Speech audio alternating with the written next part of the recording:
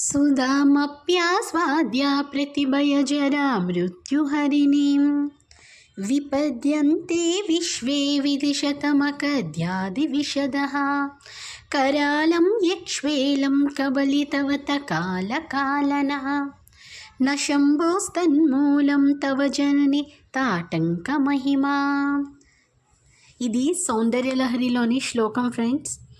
ఇది చదువుతూ అమ్మవారి దగ్గర చిటికెడు కుంకుమ పెట్టి ఆ కుంకుమ మంగళసూత్రానికి పెట్టుకున్నా లేదా నుదుటిని ధరించినా కూడా ప్రతిరోజు ఈ శ్లోకం నిత్య పూజలో యాడ్ చేసుకున్నా కూడా చాలా శక్తివంతమైంది. భర్త ఆయుష్ నిలిచి ఆవిడ సర్వమంగళ కదా, సుమంగళిగా ఉండేటట్లు చేస్తారని ఎందరో పూజ్యులు పెద్దలు చెప్పారు. కాబట్టి ఈ సౌందర్యలహరిలోనే ఇంకో శ్లోకం కూడా ఉంది, భార్యాభర్తల అన్యోన్యత పెరగడానికి. అది కూడా చాలా శక్తివంతమైందని ఎందరో పూజ్యులు చెప్పారు.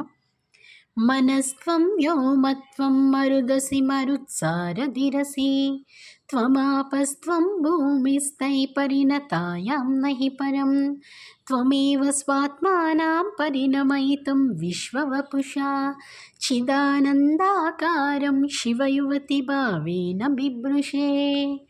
ఇది కూడా చాలా శక్తివంతమైంది ఫ్రెండ్స్. మనకి ఎంతో బిజీ లైఫ్లో ఉన్నా కూడా, మనకి పూజ చేసే సమయం లేకపోయినా కూడా జస్ట్ ఈ 2 శ్లోకాలు చెప్పి అమ్మవారి పాదాల దగ్గర చిటికెడు కుంకుమ వేసినట్లయితే ఎంతో ఫలితాన్ని ఇస్తుంది అని ఎందరో పూజ్యులు పెద్దలు చెప్పారు.